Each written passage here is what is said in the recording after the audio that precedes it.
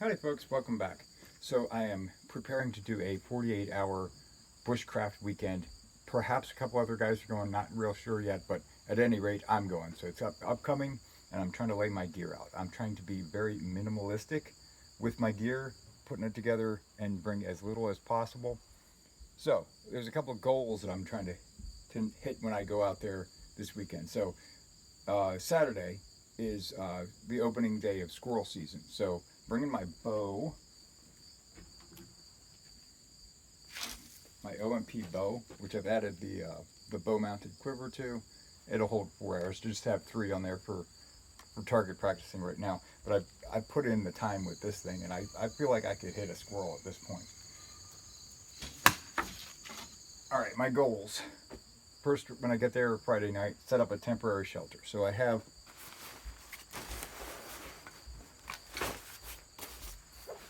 these 2 tarps that I'm bringing. They button together. These are U.S. Marine Corps surplus. They were full of pinholes. I just taped them up. They were $15 each, so I thought it was a pretty good deal. And I've tested them out before. They work pretty well. They're not terribly heavy, but basically, if I was bringing 1 tarp, I would do the same thing that my plan with the 2 is, and that's to create like a, an overhead shelter and then something to lie on out of the tarp. So this way, I'm not just lying down on potentially wet dirt. At any rate, for a temporary shelter, that's my plan. I'm, of course, bringing a bag to put this stuff in. This is just my good old Walmart bag. I've had this for like 10 years, and it's held up reasonably well. And it's a whole lot lighter weight than like a 3-day assault pack, surplus stuff or whatever. So that'll get the job done. All right, as far as gear goes, 1 bandana, nice silk bandana. That's for filtering water. You get a boo-boo, that sort of thing. 1 small spool of 20 gauge steel wire. This is carbon steel. I've never really messed with this too much, and I don't plan on making any snares. The idea is just for, wire's never a bad thing to bring for, patching something together, just to kind of mess around with and get a feel for this stuff. My cook pot, it's about a 2-liter, I don't know, maybe 1.5 liter, aluminum cook pot. It's started out life as a coffee pot that I found at a flea market, and I've run it for a number of years, and it gets the job done. I'm bringing water for the hike in because it's between 4 and 7 miles depending on where I park, so I need to bring some water with me for that hike. Probably not essential, but it's just a quality of life, ease of use sort of thing. There is a time constraint of this whole thing, and I would like to hit these goals that I'm trying to do. So I'd like to, get these goals done. However, I only have X amount of hours in each day. So, all right, and let's get down the goal list a little bit more. I'd like to either catch, kill, cook a squirrel or a fish, or possibly both. There's a small pond nearby. It's a flood control pond that they built back in the 80s, and where I'm at, the national forest line cuts down the one side of it, so you can fish from the national forest into there. And so probably like bluegill, that sort of thing, maybe some bass or something like that in there, but nothing real big.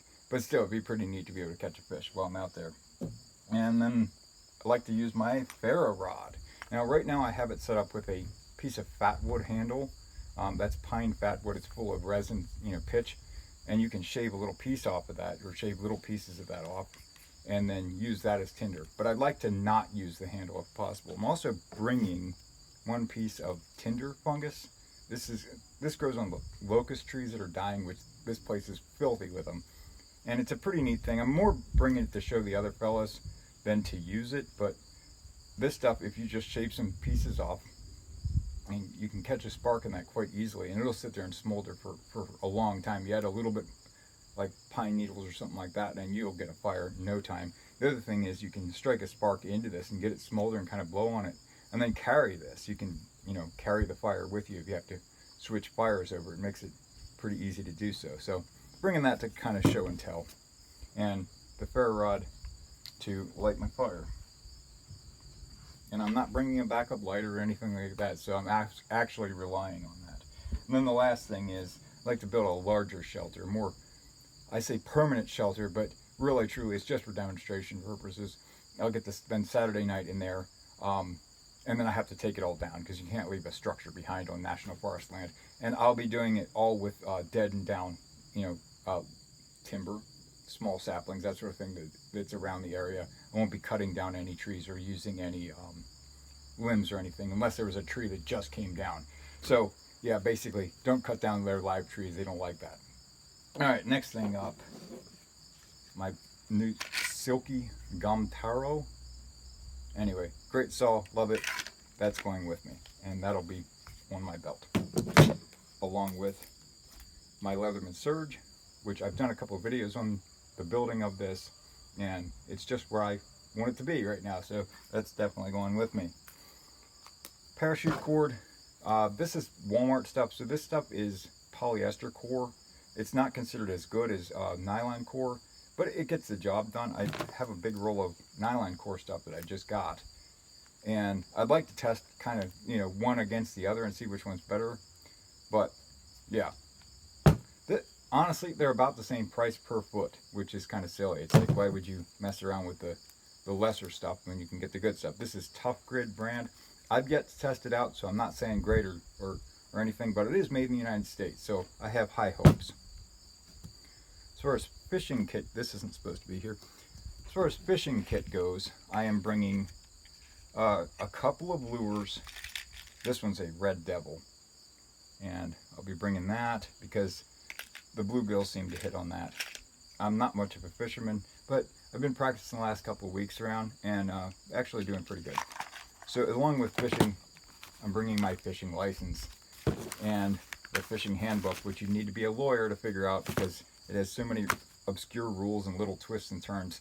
I'm just bringing that to have it on hand, so this way I don't run afoul of the law, which, yeah, silly.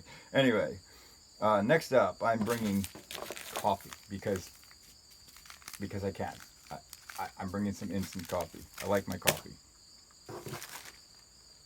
I'm bringing a little bit of toilet paper just to have on hand because I don't know what the moth situation is going to be out there. And yeah, leaves don't do that well. Bringing a Sawyer mini filter because on the way in, I can boil my water, but time constraints. So this is kind of a backup thing, kind of an emergency backup. If I need to use it, I have it just in case.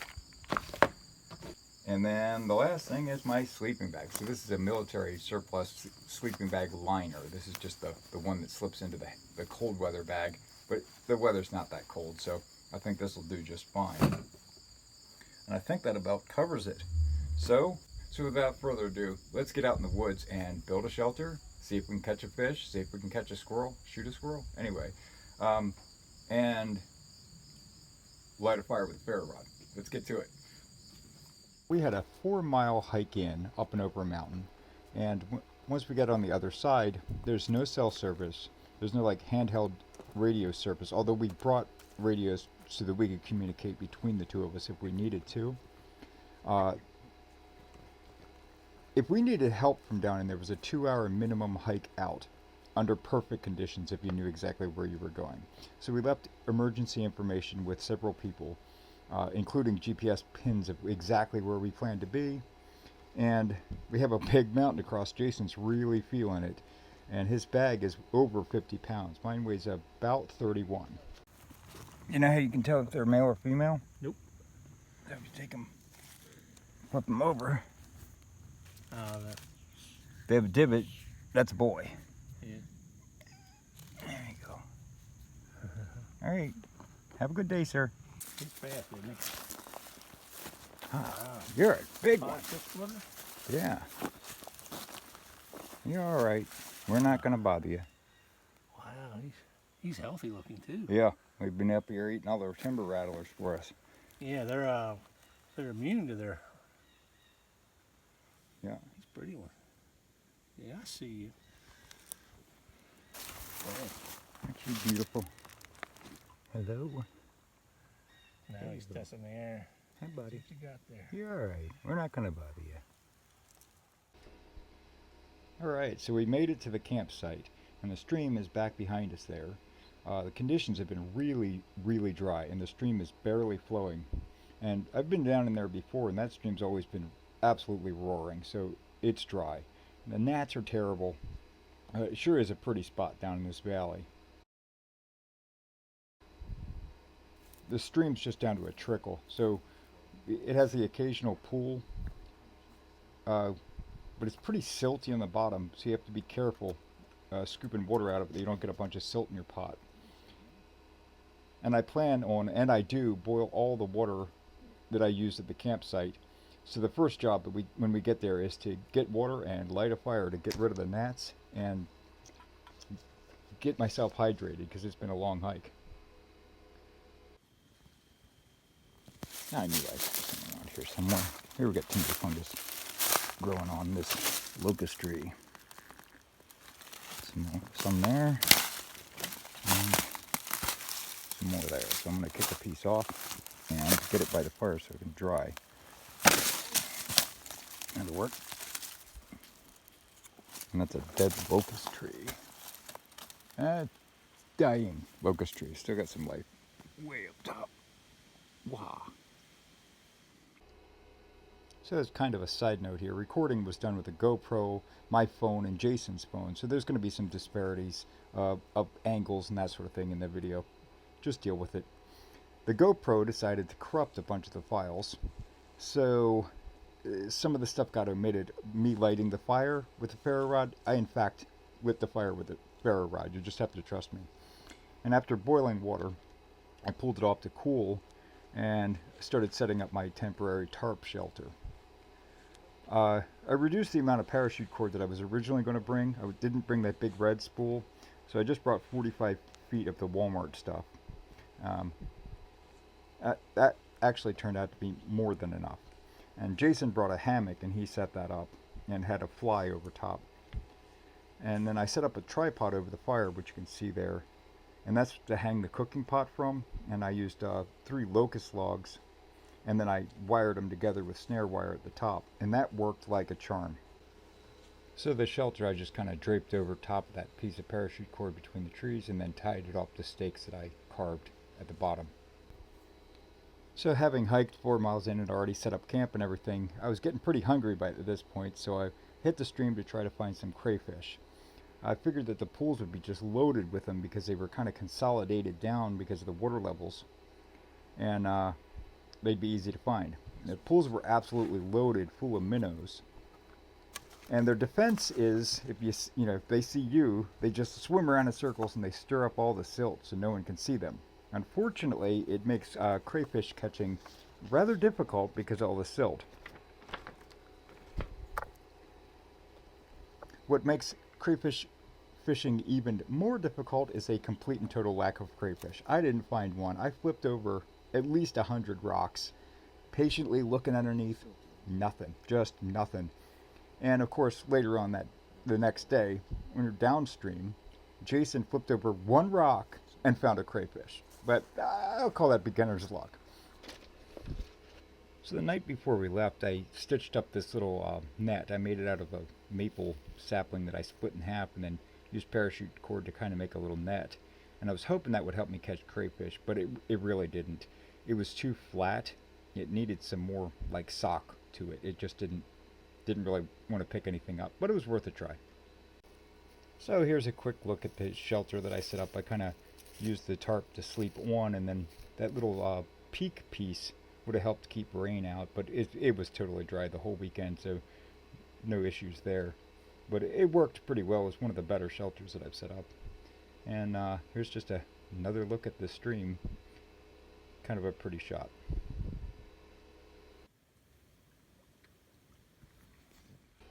Just boiling more water because you have to stay ahead. Trying to keep up on the water was actually a pretty big chore all weekend long. How long does a pot like that take to boil? Minutes. I'm filming. 20 minutes or so. It's all the way full to the top. Oh yeah.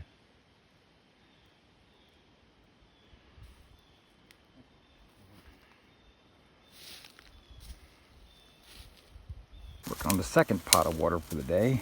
I collected a little bit of tinder stuff. We got a piece of fat wood and a piece of sap, like white pine blister sap, and a piece of tinder fungus, which I put too close to the fire, and then it started the light on fire, so I had to cut it off part.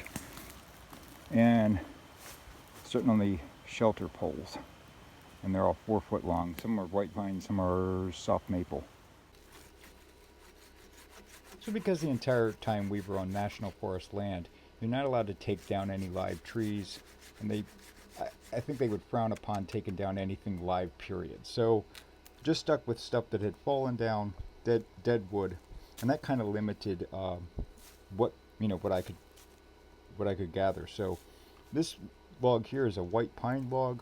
There was quite a bit of locust down around the campsite, as well as some soft maple. And this is me really putting that silky saw to the test. It's a pretty big log right there, and it did really well for a fairly small saw. It's only 11.8 inches long, but it has some fine teeth at the tip and then more coarse teeth towards the back, and it made short work of those pine logs. The locust, it's going to be hard. It's just a hard wood. I mean, it's one of the hardest woods in the United States. So yeah, especially when it's dry like that, it cuts like glass. I mean, it's just really smooth after you cut it. And I was using a 4 foot long stick as my measuring tape. Because I've used to cut firewood, I know exactly how tall 4 foot is by measuring off of one of my ribs.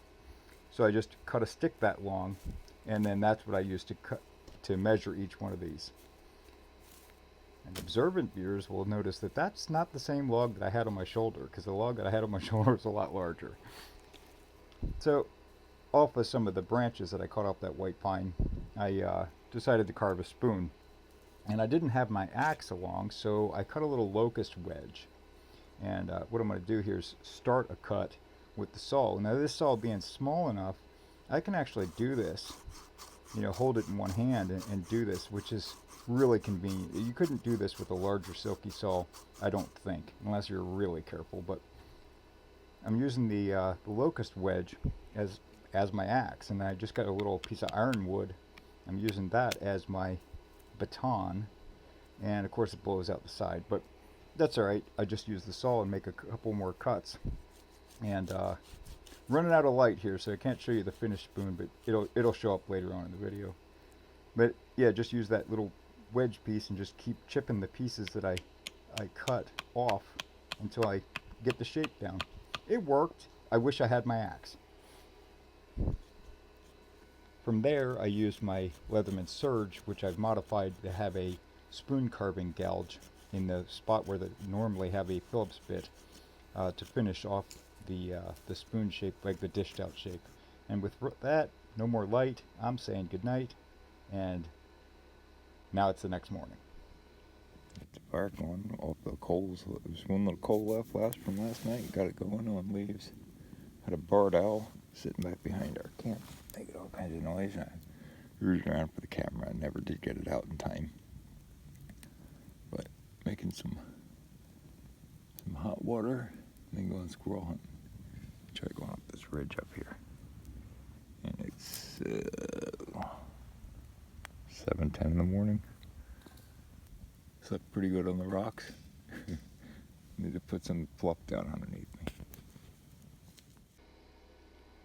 I considered going squirrel hunting early that morning, but we really had not seen very many squirrels. We saw one on the way in. There was no sign of squirrels once we were down in there. No calling or anything like that, so we decided to just head for the pond and see if we could get some fishing in, which became a 2-hour hike because I was kind of hunting and slow walking the whole way down, but there's no real trail to get there.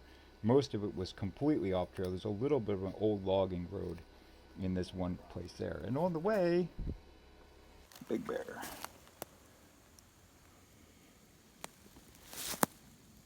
There's your poop picture.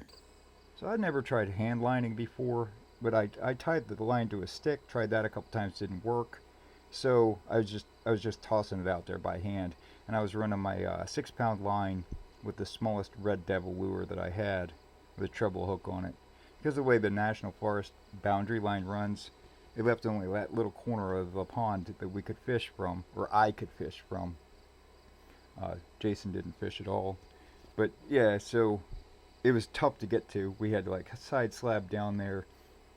But on the 5th cast, I hooked a nice little catfish, which was surprising on a red devil, but that was dinner right there. And then 5 more casts later, I caught another about twice the size of the first one. And of course, Jason had turned the camera off right before these things happened. But it is what it is. He actually got his wife on the phone there. We had 1 bar of signal, so he was able to call out and tell her that he hadn't gotten eaten by a bear yet.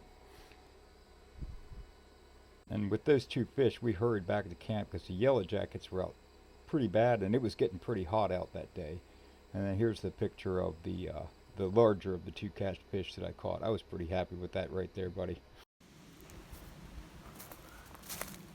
Right, I got my fish cooking.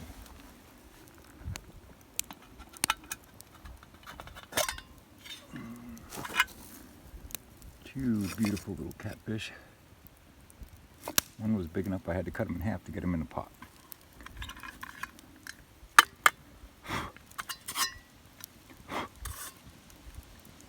Pine needles on everything. There we go.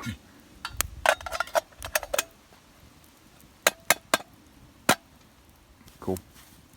So 20 minutes, I'll be eating catfish. Boiling fish. We have a visitor to camp. Big old toad. Or are you a frog? I think it's a frog. Yeah, it's a frog. Hello, buddy. Hey, buddy. You know, frogs' legs are a thing. But fortunately I caught fish, so you're safe for now. So it goes without saying that I ate the fish, like every morsel of the fish. I boiled them, and I just pulled the skin off and plucked the meat off the bones as I went. And I discarded the heads, the guts, and the fins, obviously, ahead of time. And I'm sure the raccoons loved me for that. And I used the Leatherman to cut off the barbs. I had to use the actual wire cutters. Like, they are tough. Jason doesn't like catfish, so that left more for me. He ate beef stew that he had brought. And I got to work right on the shelter. Kind of limited by time here. This was late on Saturday, so I needed to rock and roll and get this thing done. And I just kept missing my axe over and over. It would have made things so much faster. And I would take the axe over parachute cord next time. But live and learn. I used the snare wire for the building and wired up those 2 posts to the trees, those 4-footers, and then put my crossbar on top of those. And that worked really well. And then I used locust poles for the bottom. They were just laying around. They often had a root ball on it, so the root ball helped stabilize it at the bottom. And that was for my rafters. I wound up with 5 rafters on there. I think one of them was actually soft maple, but it was right there and the right length, so I used it. So this is pretty much the foundations of a more permanent shelter. It was pretty quick to put up, but I was limited by time. So there was a lot that I would have done if I had had more time. If I had a week there, that shelter would have been completely walled in. The footprint on it was about 9 foot by 9 foot, and the tarp didn't quite cover that, so the very bottom, it left an air gap at the bottom, so I would have had to build up a little wall of logs or something like that, or just bring a bigger tarp next time. But I think it turned out pretty good, and it was a lot more comfortable than where the temporary shelter was. It was not as much rock on the ground, and I slept a whole lot more comfortably on that side than I did on the other side.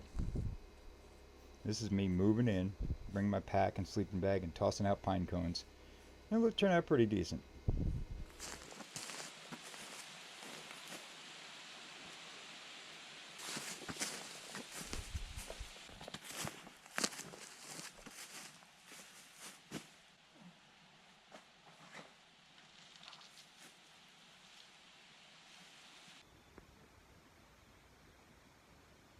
Hey guys, so going out for a little bit of evening squirrel hunting. Really, the squirrels in here, I hardly seen anything. I got 2 catfish earlier today, kind of small guys, but man, they tasted good. It was good practice because I'm not very good with filleting fish or anything, so basically I gutted them, cut their heads off, cut the fins off, threw them in a pot and boiled them, and then just skinned them after I got them out, and they were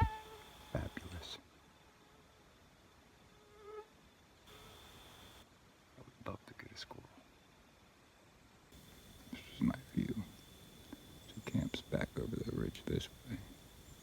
Jason's back there. And I'm over looking a little valley here. And it's getting bitten by mosquitoes.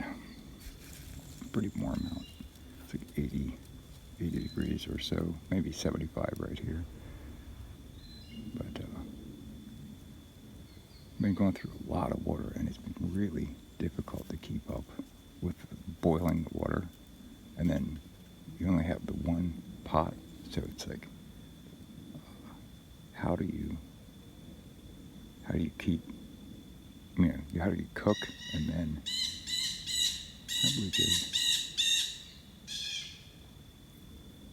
how do you cook and then keep up with your water without another vessel to put your water in?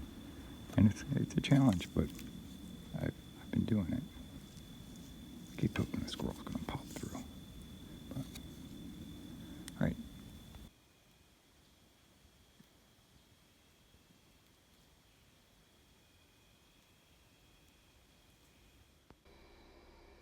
I kind of find it hard to believe how few squirrels there are back in there, and I'm not sure why. Maybe it's overpredation because of bobcats and stuff like that, but there's nut trees all around me. There's hickory up there, there's white oak. There's just not any squirrels. There's a few, but they are few and far between.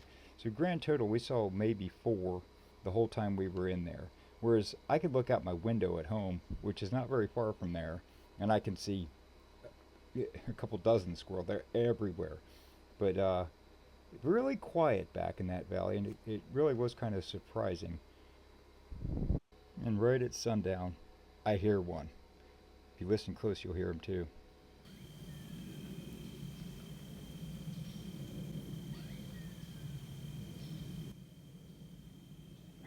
I get him, he's way up in a treetop though. 100 foot up there.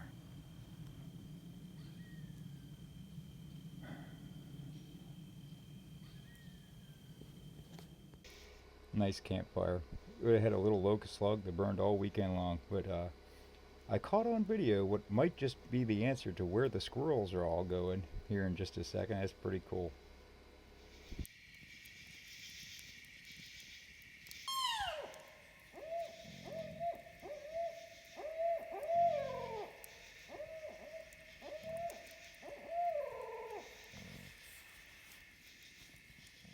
So I called my shelter Camp Carapace after the turtle shell that I found right nearby. And there's the spoon that I carved. So there's the shelter all complete. Not really complete, but I did wall in the front a bit. The tarp off to one side made another wall, and that was nice because then I didn't have to listen to Jason snore.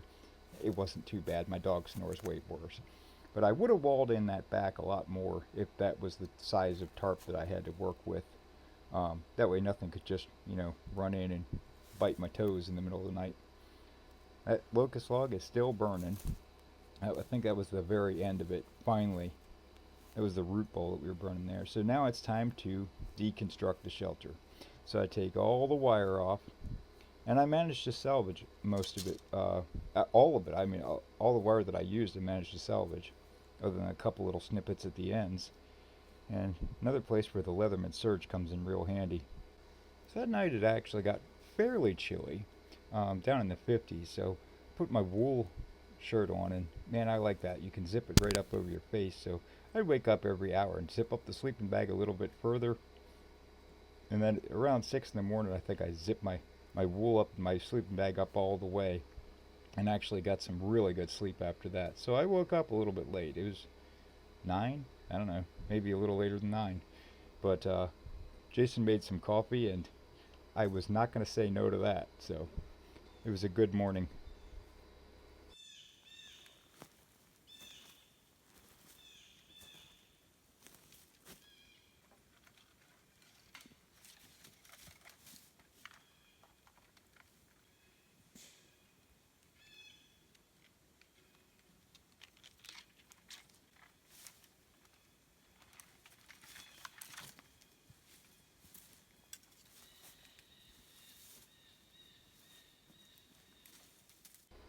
And before we packed up and headed out, we made sure that fire was completely out. We dumped plenty of water on it. It was out cold to the touch. For as dry as it is, we don't want to leave any embers or anything behind. Any of those little snippets that I cut off that wire, I picked up. We left that place clean. I left that shelter standing because it freestood, you know, even without the wire, but I figured it'll fall over on its own, and if anybody finds it out there, well, you know who built it. It's about 4 miles out in the middle of nowhere. So here we are, headed out. It got hot enough that I had to take the shirt off, climbing up that big mountain. Pulling the big mountain, walking out.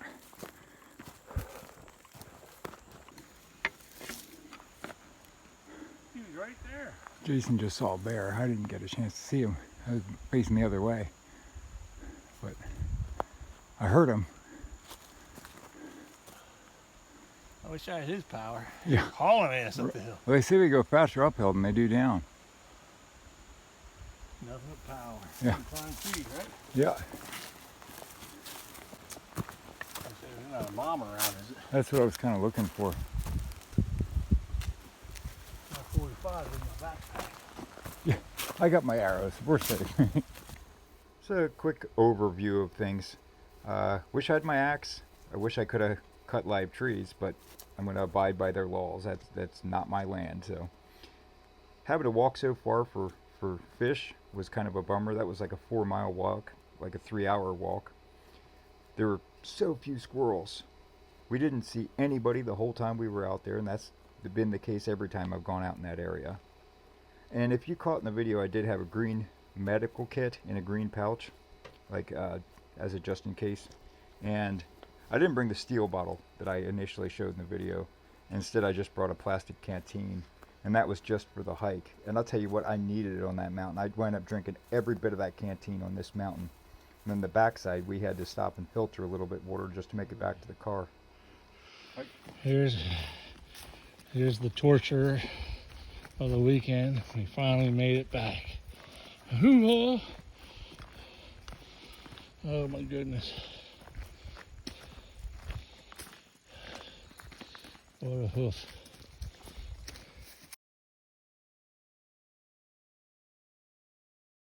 And an extra special thank you to Jason for going with me and carrying that monstrous pack up over that mountain. Dude, you are the man. Thank you so much for going with me, man. Have a great day.